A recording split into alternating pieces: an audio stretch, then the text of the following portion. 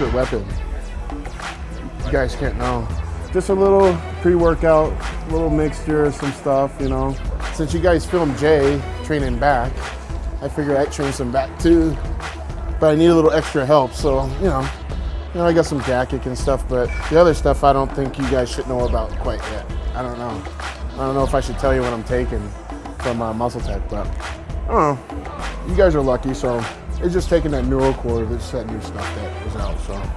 It's just cool to be able to get stuff before everybody else does, so.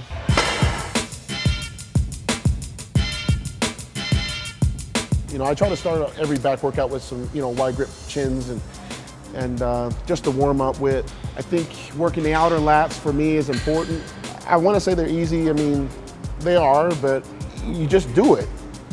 You know that this is what you have to do, and you just turn that switch and I do it. I mean, with me training back twice a week, I mean, I can kind of get away with 3 sets. This is my second back day, but usually on my first, I'll do like 4 sets. And making sure I'm getting, you know, full contraction at the bottom and stuff. Oh, that hurts, you know, but you're just trying to get full range of movement.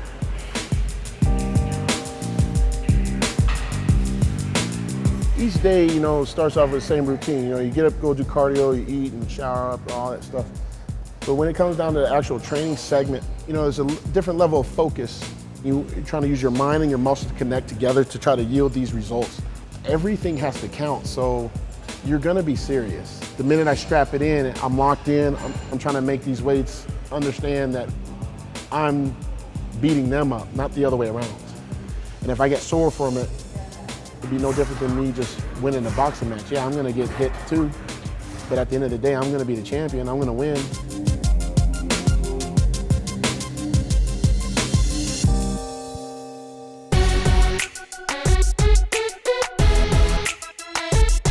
Doing barbell rows requires a lot of effort. The weight that I was using wasn't uncharacteristic, it was just heavy.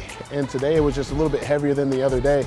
And it's probably because of me training earlier in the day, whereas opposed to, you know, I trained late night on Tuesday. So I had more meals in me, whereas today I probably had 2 to 3 less meals. And you know, I just knew that I could do it, but I would need maybe an extra minute or 2 just to get my breath together and actually kill it.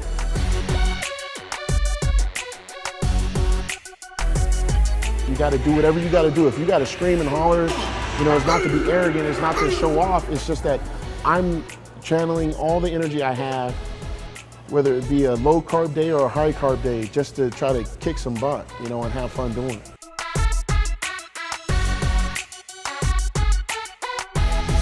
That exercise was tough, I mean, because we did overhand barbell rows and then I just changed it up. I was like, well, let's just do some underhand too.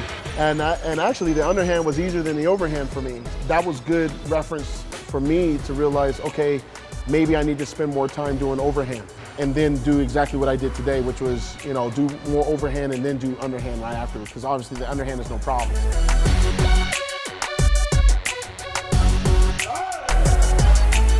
My whole core is important for this show. And I actually trained with no belt today too. Been doing that for the past couple weeks just to see if my strength changed at all and if things were firing differently, if my waist was getting out of whack because of it, and it really hasn't done anything. And it made me feel stronger too.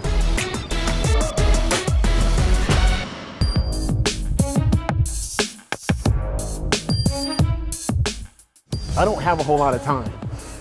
And I haven't had a lot of time compared to everybody else. I mean, everybody else, you gotta think, is probably 10 years older or 8 years older and have been training since they were in their teens. So in order to try to, you know, reduce that, you know, I have to go hit it twice a week. So why not just try to kill it? And I've been having fun with these workouts. And that's exactly what happened in 2007 after my first loss as a pro. I got fifth at the Arnold Classic in 07 and I came back in 08 and people know what happened. You know, I kicked some butt, but they saw a lot of growth. And like, what did he do? It's like, well, I was training back twice a week.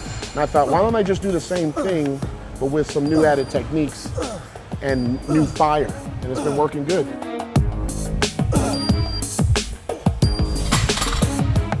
It's not a game when I'm training. I mean, it's not for show. It's not because you guys are here or anything. It's just the fact that I want to win. Every set, I'm staring at that weight like, you're gonna get beat up. Like I'm gonna beat you up. And there's nothing you can do about it. You can just sit there and take it. And you can try to, stay immobilized, and I'm gonna move you anyway. It don't matter. So after I did the 150s, I just looked at the 170s like, oh, it's done. You have no idea what I'm about to do to you. We call them the Bronco weights. Denver Broncos used to have those up in Greeley and when a training camp. So I don't know how we got them, but I just like lifting with them because they have a different handle than some of the other ones, and they just look funky. So I felt like I did make it, easy for me, and that gives me more confidence going into this prep because I know that a bigger muscle is always a stronger one, and as long as my form was good, which I felt that it was, I was getting good contractions. I could actually feel the muscle move. It's the freaking Olympia, man. You got to go the extra step. You got to go above and beyond. You got to be willing to try. You got to be courageous.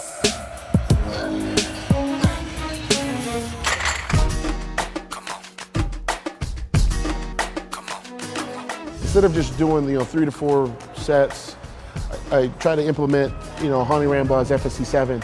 I've been using that system for about 4 times a week for different body parts. And I just knew that it would be a good finishing movement. And it was. I mean, it's a cool exercise because it's easy enough to do, but yet you get such a good contraction. Anytime when you put your hands over your head and you're doing a pull down using your cables, and you can do it behind your back, it's almost like doing a back double bicep. And in my mind, that's what I think.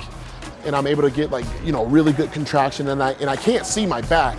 So there's really no point in looking at myself in the mirror. So I'm staring up in the sky and I'm just trying to visualize, okay, where are my elbows? Where's everything at? How does it feel?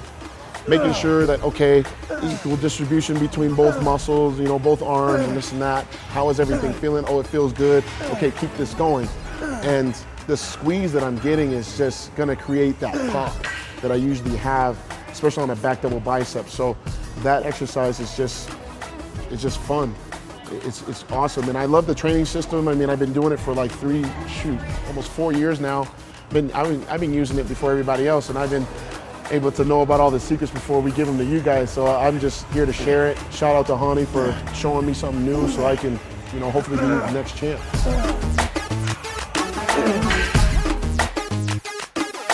Getting ready for the Mr. Olympia contest, there is no time for laziness. There is no time to be tired. You can't get tired. You have to dig deep, and you have to know that this is what's gonna make me win. When I'm at my worst, I was sick all week, and I kept telling myself, this is why you train. You train through anything. It don't matter what it is. And you train the same every time, no matter you get hurt, you get sick, you do your best. So then when you stand up on that stage, you know that you gave it everything.